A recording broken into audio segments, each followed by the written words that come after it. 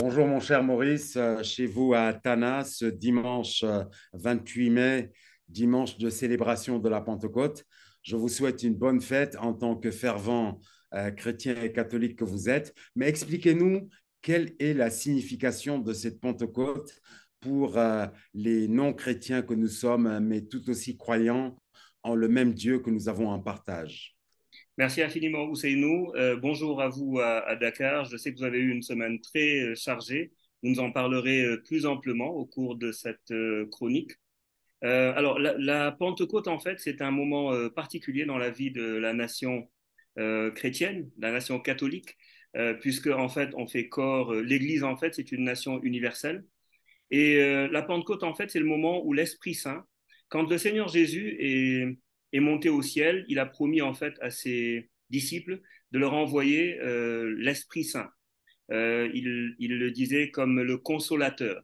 Et donc, ce moment-là, cette fête, c'est le jour où l'Esprit Saint descend en plénitude sur les chrétiens. Et donc, c'est une fête particulièrement importante. D'ailleurs, la conséquence, c'est que les disciples étaient capables de parler toutes les langues d'Israël à l'époque, dont ils étaient compréhensibles par tout le monde, et on le doit essentiellement à cette fête de Pentecôte. Voilà. L'Esprit Saint, donc, on sait qu'avec le Père et le Fils, forme la Trinité incontournable pour les catholiques et chrétiens. Je célèbre votre culture générale, Ousseynou. Merci beaucoup. C'est exactement cela. Merci. Attaquons donc nos sujets, traditionnellement quatre pour chacun. Nous allons parler de ce qu'on dirait, de ce qu'on appellerait en Wolof Ali Kalagi. C'est Sonko, l'affaire Sonko, ses paradoxes, ses possibles et potentiels débordements par rapport à la sécurité et à l'ordre public. Qu'avez-vous pensé de cette caravane Sonko, prétendument caravane de la liberté, qui a démarré cette semaine après son procès auquel il a été absent contre Adissar à Dakar, se trouvant à Ziguinchor dont il est parti il y a quelques jours? Absolument, Ousseynou. L'affaire Sonko Adissar, pour nos amis de l'étranger qui nous suivent de plus en plus nombreux, il faut dire que le chef du parti PASTEF et le candidat déclaré à la présidentielle 2024 est au cœur d'un procès qui suscite des tensions au Sénégal. Accusé de viol et de menaces de mort par une ancienne employée d'un salon de beauté, Sonko voit son avenir politique menacé. Lui-même considère ces accusations comme un complot du gouvernement en place pour l'évincer de la course à la présidentielle prévue en 2024. Sonko, c'est une figure emblématique de l'opposition sénégalaise et sa situation a des répercussions significatives sur le paysage politique du pays. En 2021, son arrestation avait déclenché plusieurs jours d'émeutes ayant entraîné la mort d'au moins une douzaine de personnes, un peu plus, je crois, 14 ou 15. Cette année, Sonko a refusé de comparaître à son procès, et vous l'avez rappelé tout à l'heure, déclenchant une nouvelle vague de controverses. Le gouvernement sénégalais a insisté sur le fait que cette affaire est privée et nie toute instrumentalisation de la justice. Pourtant, de nombreux partisans de Sonko et des observateurs politiques voient dans ces accusations une manœuvre politique visant à le rendre inéligible. La requête du procureur demandant une peine de 10 ans de réclusion pour Sonko ou un minimum de 5 ans pour corruption de la jeunesse, ainsi qu'un an pour les menaces de mort présumées, alimente encore davantage cette perception. En dépit Mais des allégations. précisément, la réaction de Sonko avec sa caravane, vous pensez que c'est une course à l'échalote, j'allais dire, une provocation de plus ou une réaction normale? Alors, Ousmane Sonko, avec sa caravane La Liberté, tente de transformer son retour à Dakar en une démonstration de résistance politique, tandis que le gouvernement sénégalais s'efforce de maintenir l'ordre public. Alors c'est très compliqué parce que, évidemment, Ousmane Sonko, on sent bien que c'est un stratège politique et il serait plus favorable pour lui d'être condamné pour un motif politique plutôt que pour une peine infamante comme celle du viol. Mais il est important de noter que selon le code pénal sénégalais, le fait que Sonko ait choisi de ne pas se présenter à son procès a des conséquences juridiques significatives. Parce que Lesquels? le défaut en matière criminelle, c'est qu'il y a la procédure en fait destinée au jugement d'un accusé absent sans excuse valable à l'ouverture de l'audience ou au cours des débats peut priver l'accusé de la possibilité de faire appel. En effet, pour pouvoir faire appel, l'accusé doit se rendre à la maison d'arrêt la plus proche. Donc la question demeure, comment cette affaire se résoudra-t-elle et quel impact aura-t-elle sur l'avenir politique du Sénégal sur son éligibilité, parce que les implications de l'absence de Sonko à son procès pourraient être déterminantes pour la suite des événements. Mais quelles que soient les En tout cas, réponses, En tout cas, pour cette caravane dite de la liberté, il y a déjà un habitant de Kolda de 37 ans qui a été privé de sa liberté de vivre. Il a été tué par balle reçue à l'abdomen, a dit le procureur, sans qu'on ne sache la provenance de la balle en question. absolument, mais ça reste un marqueur de chaque sortie de Ousmane Sonko et de ses nombreux appels à la résistance. On a encore en mémoire la fameuse phrase quiconque décède parmi vous, sa mère réenfantera. Donc, déclaration qui avait un peu choqué. Alors, mais je voudrais, parce que vous avez intervenu toute cette semaine, cher Ousseynou, pour changer totalement de sujet, au Fort Afrique de Youssou N'Dour et vous souhaitiez en fait nous en parler. Est-ce que c'était un temps intéressant pour vous? Merci Maurice. Effectivement, mon cher, ça a été un temps très intéressant. Le Forum Afrique, donc, qui est le forum africain des industries culturelles et créatives de la Fondation Youssou N'Dour pour les industries créatives et culturelles, et qui se passait ici à Dakar du 24 au 26 mai, donc à l'ancien palais de justice de Dakar, qui a été réhabilité depuis quelques années, qui est au Cap Manuel, à la pointe atlantique, en face de l'île de Gorée, et qui accueille d'ailleurs tous les 2 ans la Biennale d'art africain contemporain Dakar. Donc, le Forum Afrique se passait là, et je vais être obsessionnel pour cette émission de la Pentecôte. Je ne parlerai que de ce sur quoi je suis intervenu à ce Forum Afrique-là. Et la première des choses, la plus importante à mon avis, c'est le serpent de mer qu'est ce qu'on appelle la rémunération pour copie privée. La rémunération pour copie privée, c'est une disposition de la loi sur le droit d'auteur et les droits voisins votée en 2008, c'est-à-dire il y a 15 ans, et qui n'est toujours pas entrée en vigueur et qui consisterait à appliquer sur tous les appareils pouvant copier une œuvre d'art, c'est-à-dire au premier chef les smartphones, mais aussi les clés USB, les ordinateurs portables, etc.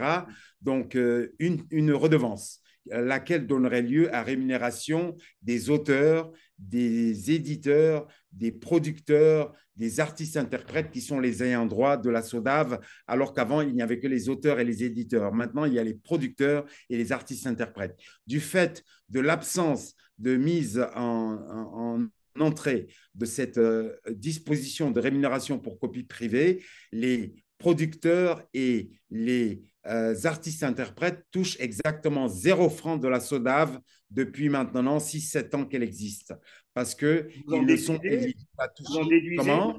vous en déduisez une espèce J'en de déduis carence. que, j'en déduis que c'est un indicateur éclatant de la carence de la gestion et du conseil d'administration de la SODAV actuelle, parce qu'il leur revient de faire en sorte que, de gré ou de force, les, comment dirais-je, euh, décrets d'application pour l'entrée en vigueur de cette rémunération pour copie privée soient pris, parce que avec cette absence d'entrée en vigueur, la communauté des créateurs perd au bas mot 16 milliards par an au Sénégal depuis 15 ans, une somme qui pour moitié irait aux créateurs chaque année et à la chaîne de valeur dont font partie les producteurs, artistes, interprètes, éditeurs, organisateurs des spectacles, et pour moitié irait au financement de festivals, de l'éducation artistique, d'animation culturelle et artistique. Donc, je pense que c'est scandaleux. La SODAV nous dit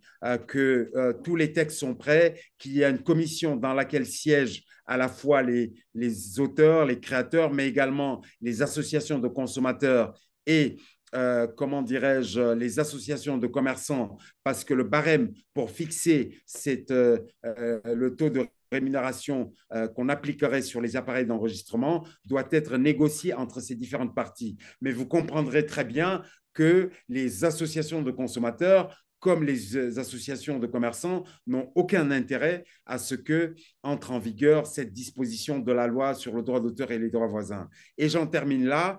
On nous dit qu'il manque juste une signature au bas des décrets du ministre en charge de la Culture et des ministres et du ministre des Finances, eh bien, moi, je vous dis, les ministres ne sont pas faits pour annoncer de mauvaises nouvelles. Ils sont faits pour annoncer de bonnes nouvelles. C'est ça la mission première d'un gouvernement. Et augmenter les prix à payer pour les citoyens, c'est toujours une mauvaise nouvelle. Donc, si la SODAV ne prend pas sur elle, je ne dis pas de tordre le bras à l'État, mais au moins de l'attraire devant la justice nationale et internationale, cette rémunération pour copie privée qui est dans la disposition légale depuis 15 ans n'entrera jamais en vigueur, ou en tout cas, je ne vivrai pas assez longtemps pour y assister. Je ne sais pas, vous avez peut-être un petit mot à en dire.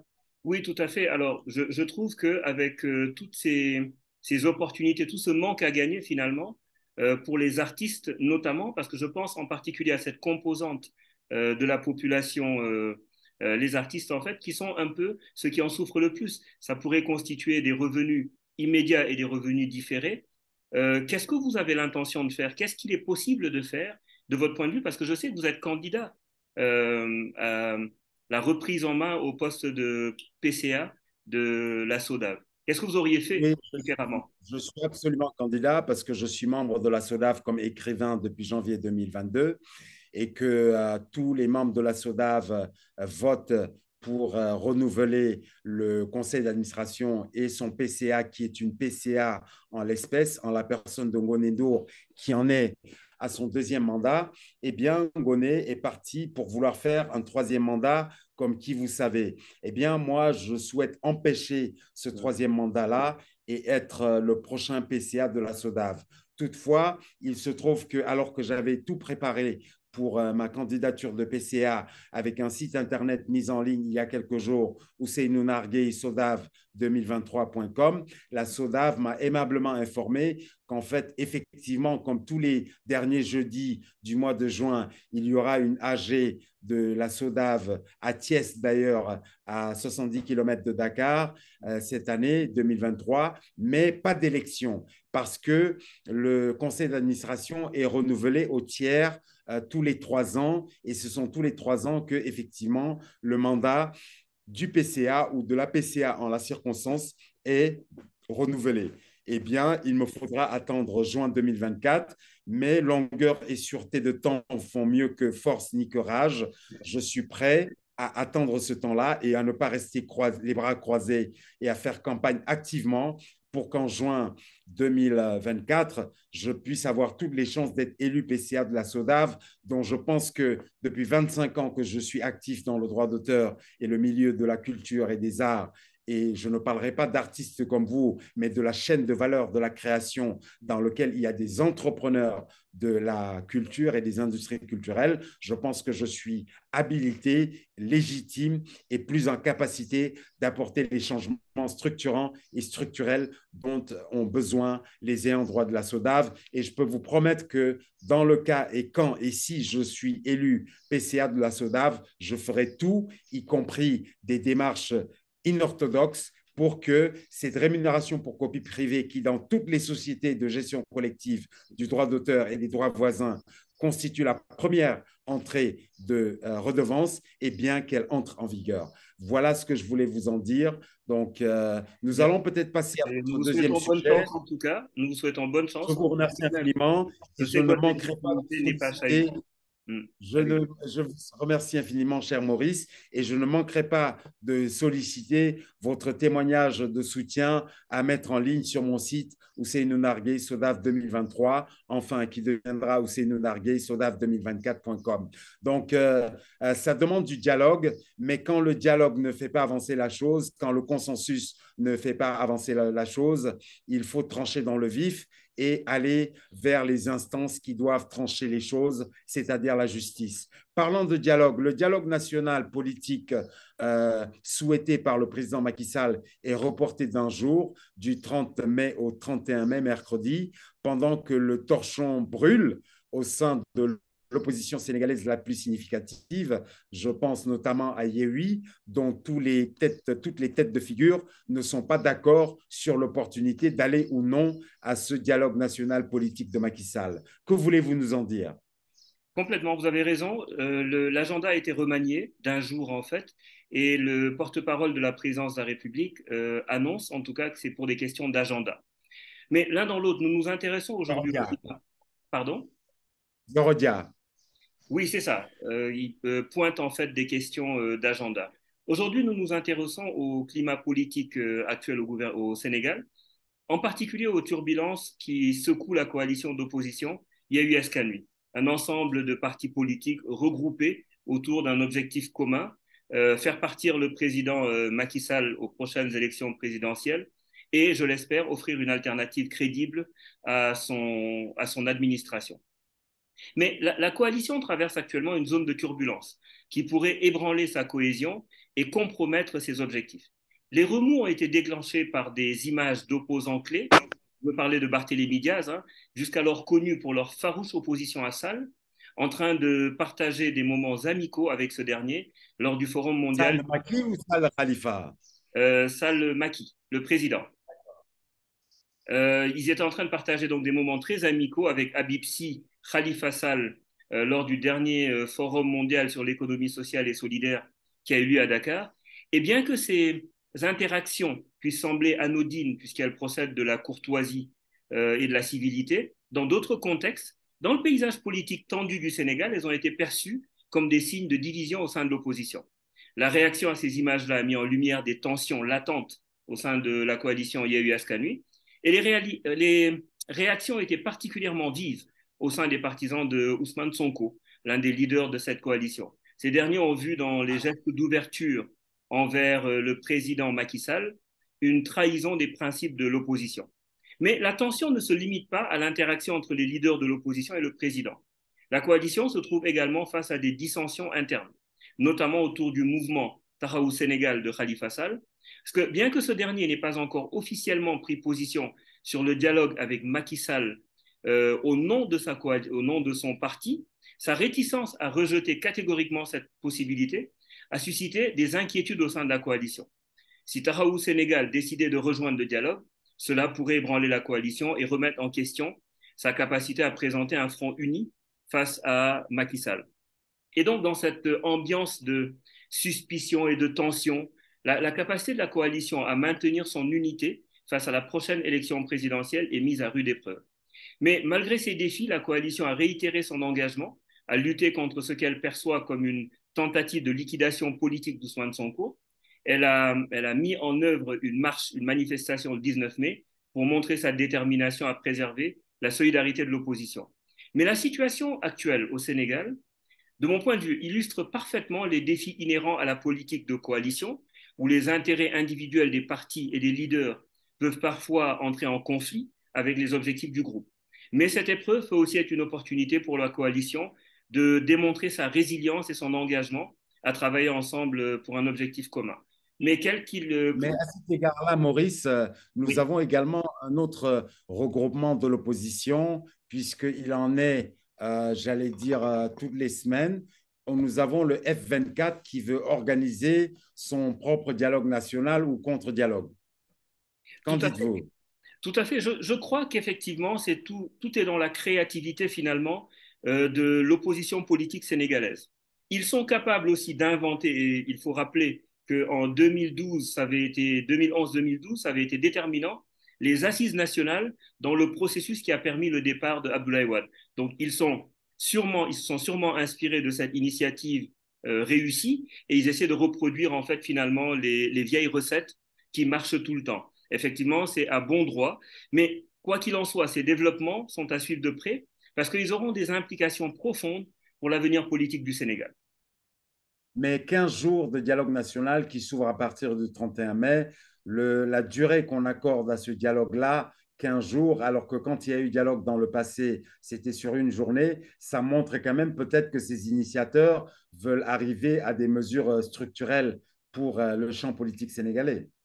Oui, complètement. Je pense hein, de toute façon que le seul moyen de faire baisser la tension à quelques encablures des élections présidentielles, avec des demandes exorbitantes de part et d'autre, je rappelle que pour l'opposition, c'est le fait que le président Macky Sall ne se représente pas, et pour le président Macky Sall, alors avec effectivement la participation de tous, hein, de Ousmane Sonko, de Khalifa Sall et de Karim Wade, pour les deux derniers qui sont sous le coup d'une condamnation Pour Ousmane Sonko, ce sera bientôt aussi le cas, puisqu'il est déjà condamné en première instance et en appel dans une affaire de diffamation. Et ne s'étant pas présenté, je ne me fais pas beaucoup d'illusions sur la décision qui sortirait du tribunal pour la deuxième affaire de Adissa Ousmane Sonko. Donc, ils ont intérêt quand même à discuter de tout cela pour trouver un consensus et apaiser le landerneau politique qui en a bien besoin, ma foi. Tout à fait. Disons par boutade que les deux seules bonnes solutions seraient que et Macky Sall et Sonko puissent être candidats, ou bien que ni Macky Sall ni Sonko ne puissent être candidats. Mais je voulais revenir Je sur reviens sur le un... Fort Afrique, si Oui, vous voulez bien, oui, puisque oui, volontiers. vous souhaitiez justement, et le patron, en tout cas, Youssou N'Dour, en fait, est l'aîné et le grand frère de la PCA de la SODAV aujourd'hui, et on connaît son engagement pour la promotion de la culture, et vous souhaitiez donc saluer le rôle qu'il avait eu dans l'organisation de tout cela. Oui, je ne ferai pas comme l'adage qui dit si ce n'est toi, c'est donc ton frère, si ce n'est toi, c'est donc ta sœur. Autant j'ai peut-être pu égratigner ma sœur Ngonédour PCA pour le moment, en tout cas, parce que je l'y laisse de la SODAV. Je voudrais évoquer son frère Youssou N'Dour, que j'ai eu le grand plaisir de rencontrer et de saluer d'une accolade très plaisante le jeudi dernier au Fort Afrique, au Palais de Justice. Il était assis au premier rang, comme d'ailleurs Abindour, chanteuse et également sœur des deux premiers. Eh bien, je dis que en organisant à travers sa fondation, la fondation FINIC, Fondation Youssou N'Dour pour les industries créatives et culturelles, ce Fort Afrique-là, qui a tout de suite eu une ambition africaine et non pas régionale ou sénégalaise. Je crois que Youssou N'Dour a placé la barre très haut et surtout, je pense que il rend justice au leadership naturel qui est le sien et qu'il se doit d'assumer en tant que première, après peut-être des gens comme Bob Marley, Alpha Blondy et les Touré Conda, première de nos stars planétaires de la world music, Youssou N'Dour qui a roulé sa bosse d'artiste sur tous les continents, mais qui en même temps a une casquette d'entrepreneur et d'entreprenant qu'on lui connaît et qu'on respecte.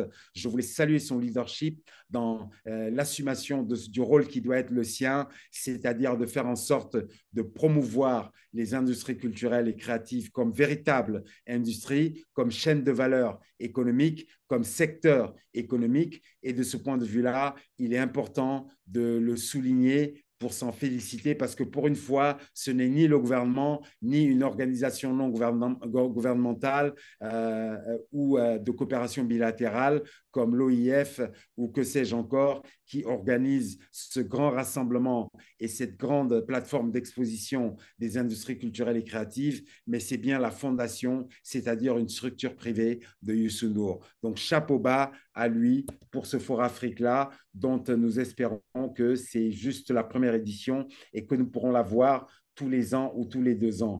Et il n'a pas jeté sa casquette d'artiste puisque pendant le Fort Afrique, le jeudi en soirée, il nous a gratifié d'un petit concert privé avec 4-5 chansons que le public a énormément apprécié. Donc, allons sur quelque chose peut-être avec vous de plus controversé. Tariq Ramadan, prédicateur, si je peux l'appeler ainsi, en tout cas intellectuel musulman, si cette fonction-là existe, suisse, qui était poursuivi toutes ces dernières années par plusieurs femmes pour accusation de viol, de graves charges pesées sur lui, eh bien, au bout du compte, il est acquitté des charges importantes qui pesaient sur lui en Suisse au bout de ce qu'on pourrait appeler un parcours du combattant de 5 ans où il a quelque part perdu toute la respectabilité dont il faisait l'objet. Pensez-vous que c'est une bonne nouvelle pour lui bien, et que ces femmes-là ne sont pas, j'allais dire, ostracisées dans leur demande? Et pensez-vous aussi que Tariq Ramadan pourra regagner la stature internationale très grande qu'il avait par le passé? C'est sûr que Tariq Ramadan, figure influente du monde islamique en Europe et philosophe islamique respecté, puisqu'il faut rappeler qu'il est professeur de philosophie à l'université enfin en Suisse en tout cas. Et il y a 5 ans, des accusations graves ont été portées contre lui. Il a été accusé d'agression sexuelle multiple, ce qui a déclenché une véritable tempête médiatique. Et effectivement, son aura, sa réputation en ont pris un sacré coup. L'affaire a été longue et complexe, avec de nombreuses enquêtes et procédures judiciaires. Par plusieurs femmes. Par plusieurs femmes. Accusé par plusieurs femmes. Par plusieurs femmes, oui, agressions sexuelles multiples donc en Suisse. L'affaire a été longue et complexe avec de nombreuses enquêtes et procédures judiciaires. Il y a eu beaucoup de débats et des controverses sur la façon dont l'affaire a été traitée. Certains ont même mis en cause la manière dont les preuves ont été recueillies et présentées. Après 5 ans de bataille juridique aujourd'hui, il est acquitté. Ça ne veut pas dire que le crime n'a pas été commis, mais simplement qu'il n'y a pas assez de preuves pour prouver que c'est la personne accusée qui a commis le crime. Il y a un principe en matière pénale, c'est que le doute bénéficie à l'accusé. Ce verdict a donc soulevé de nombreuses questions importantes. Qu'est-ce qu'il en est des droits de celui qui est accusé d'un crime? Qu'est-ce qu'il en est de la justice pour ceux qui se disent victimes? Et de ce point de vue-là, pour la justice, pour les victimes présumées, c'est important de rappeler que toute personne qui dit avoir été victime d'un crime a le droit d'être entendue et respectée. Je le rappelle en fait parce qu'au Sénégal, et c'est sur un autre sujet, ça n'a pas toujours été le cas. Et même sur un tribunal ne trouve pas toujours suffisamment de preuves pour condamner l'accusé, ça ne minimise pas la gravité de ce qu'a vécu la victime présumée. En devant rappeler que les affaires judiciaires sont jugées par des tribunaux et pas par l'opinion publique, et que c'est facile de se laisser emporter par les rumeurs et les spéculations, et de toujours laisser, en tout cas, de rappeler l'importance de la présomption d'innocence. L'affaire Tariq Ramadan, et c'est pour moi le grand enseignement qu'il faut en tirer, nous rappelle à tous que la justice peut être un processus long et complexe, plein de nuances et de défis, et ça souligne surtout l'importance du respect des droits de tous les individus impliqués, qu'ils soient accusés ou victimes présumées. En tout cas, nous souhaitons à Tariq Ramadan de retrouver le prestige universitaire qui était le sien et à la victime de pouvoir se consoler et de panser ses plaies. Je vous avoue que je ne suis pas très fan de Tariq Ramadan, dont j'ai pensé quand il était à l'apogée de sa notoriété et de sa stature d'intellectuel musulman, faisait acte de ce qu'on appelle la taqiyya, Oui, c'est-à-dire qu'il adaptait son discours selon que son auditoire était musulman ou non musulman, tout ce à fait. que je crois être non pas de la diplomatie, mais de l'hypocrisie. Je n'ai jamais été fan de Tariq Ramadan, mais je prends acte et je lui donne acte de sa, en tout cas, de la décision par la justice de ce qu'il est innocent des charges qui étaient intentées contre lui, sachant que je ne pense pas que ce soit le bout de l'affaire, parce qu'il me semble que même en France, il est également sous le coup de plainte pour viol et agression sexuelle. Oui, tout à fait. Ce n'est pas la fin de l'affaire. D'abord parce qu'il n'a été acquitté qu'en première instance et que les victimes peuvent encore faire appel de cette décision et que ça ne concerne que la Suisse, alors qu'en France, de nombreuses affaires sont encore pendantes contre lui. Mais vous vouliez nous parler aussi, cher Ousseynou, des plateformes numériques et des opportunités qu'elles constituent pour la chaîne de valeur des industries culturelles et créatives. Et je pense que vous avez abordé ce point lors du Fort Afrique. Oui, on n'en sort pas du Fort Afrique. Je vous ai dit que je serais très obsessionnel pour cette émission-ci du dimanche de Pentecôte 2023. Donc, au Forum africain des industries culturelles et créatives, j'étais dans un panel qui s'appelait très précisément droit d'auteur, plateforme numérique, euh, comment dirais-je, blockchain et NFT, les non-fungible tokens, jetons non fongibles. Là, le droit d'auteur à la lumière des évolutions numériques incroyables que nous vivons actuellement. Et je répète ce que je dis là-bas, les plateformes numériques sont une vraie opportunité pour les acteurs africains et pour l'Afrique pour faire de notre industrie culturelle et créative, non plus un embryon d'industrie, mais une véritable industrie. Et on en voit le chemin avec le succès des séries télévisées, comme nous le voyons sur les plateformes numériques, les séries télévisées sénégalaises. Et de ce point de vue-là, je constate pour le regretter que la SODAV n'est parvenue à faire payer en droit numérique à YouTube de Google que 100 000 euros sur 6 ans, ce qui est vraiment dérisoire. Mais dans le même temps, au moins YouTube rémunère les créateurs qui ont des chaînes et leurs éditeurs et producteurs, même s'il faut faire, j'allais dire, 1 million de Il vues. nous reste moins d'une minute pour dire au revoir. Donc, je vous laisse dire au Alors, je revoir en clôt même sur temps. ce sujet-là, D'accord? juste pour dire que les plateformes numériques sont une opportunité dont nous devons tirer parti, mais pour cela, nous devons être dans des positions de négociation et de recherche de partenariat gagnant-gagnant avec elles, au lieu de regarder passer les trains. Justement, puisqu'il ne nous reste que 30 secondes, votre dernier sujet porte sur la Russie, dont vous dites que, à l'évidence, elle a supplanté la France dans beaucoup de ses anciennes colonies. Oui, tout à La fait. Russie officielle ou Wagner? Alors, dans le contexte géopolitique actuel, il semble que la Russie, par l'intermédiaire du groupe Wagner, soit en train de remplacer la France en tant qu'acteur majeur dans ses anciennes colonies africaines. Des sources diverses indiquent que le Tchad, un autre ancien territoire français, pourrait être le prochain sur leur liste. Le groupe Wagner, une société de sécurité privée russe, offre un soutien matériel et opérationnel aux groupes rebelles dans ces pays, selon Paul Stronsky du Carnegie Center. En République centrafricaine, pays d'où la France a retiré ses troupes en 2017, Wagner est devenu le principal représentant de la Russie, contribuant à sécuriser le gouvernement et obtenant en contrepartie un accès à des ressources minières extrêmement lucratives. Cependant, la montée de la Russie dans ces régions n'est pas sans controverse. Des rapports des Nations Unies mettent en lumière des violations graves des droits de l'homme et des crimes de guerre commis par notamment l'armée malienne et les mercenaires de Wagner, même s'ils s'en sont défendus, et l'État malien a fait un droit de réponse extrêmement virulent pour remettre en perspective les choses. Mais au-delà de l'Afrique francophone, Wagner, Donc, pardon.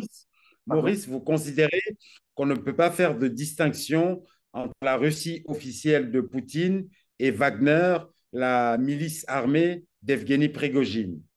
Alors, cette distinction est clairement faite par Vladimir Poutine qui déclare Urbi et Orbi à qui veut l'entendre, que la Russie n'est pas au Mali, par exemple, pour prendre le cas du Mali, et que c'est une société de sécurité privée qui a noué un partenariat avec l'État malien. Ça se défend. L'État malien lui-même déclare travailler avec l'État russe. Et c'est là aussi où on a un peu cette espèce de double discours qui ne clarifie pas la situation. Mais au-delà de l'Afrique francophone, Wagner a également étendu son influence en Libye et au Soudan, deux autres anciens territoires français. En Libye, par exemple, ils ont soutenu le général rebelle Khalifa Haftar, et puis au Soudan, des images montrent des troupes de Wagner formant des soldats soudanais. Evgeny Prigogine, le dirigeant de Wagner, est également connu pour ses activités de désinformation, en particulier dans les pays francophones d'Afrique, par le biais de fermes de trolls. La CIA a produit un rapport dessus assez circonstancié, détaillant les modalités de son intervention. En retour de leur soutien, généralement, Wagner reçoit des contrats lucratifs. Mais la Russie semble viser des gains financiers d'abord. Et c'est ça que Stronsky explique en fait. La Russie cherche à être perçue comme une puissance globale, voulant une présence militaire dans différents pays pour surveiller des régions stratégiques. Alors, pour finir sur ce sujet, il semble que la Russie soit en train de supplanter la France dans ses anciennes colonies et qu'en faisant cela, elle redéfinit un peu le paysage géopolitique de l'Afrique avec des conséquences qui sont potentiellement durables pour la stabilité régionale. En tout cas, je trouve dommage deux choses. La première, c'est que Wagner, qui est le nom d'un grand artiste euh, de musique classique, soit désormais assimilé au nom d'une milice armée. Je trouve dommage ensuite que cet emblème de la souveraineté et du pouvoir régalien de nos États, qui est la défense du territoire, soit confié à des privés dans nos pays, comme au Mali, par exemple, ou en Centrafrique. C'est extrêmement dommageable. Et je trouve enfin dommage, dans le sillage de ce que je viens de dire à l'instant, que nos panafricanistes, que je qualifie souvent de panafripons, les Kémy Séba, les Nathalie Yamb, ne s'insurgent pas contre cette présence de Wagner ne s'en offusque pas outre mesure. En tout cas, merci. Bon dimanche de Pentecôte à nouveau. Je vais peut-être vous demander une petite bénédiction pour les croyants que nous sommes en le même Dieu et vous souhaiter un bon dimanche à Tana pour une belle semaine qui reprendra mardi prochain. Merci à vous et au revoir chez vous à Tana. Merci infiniment, Ousseynou. Au revoir.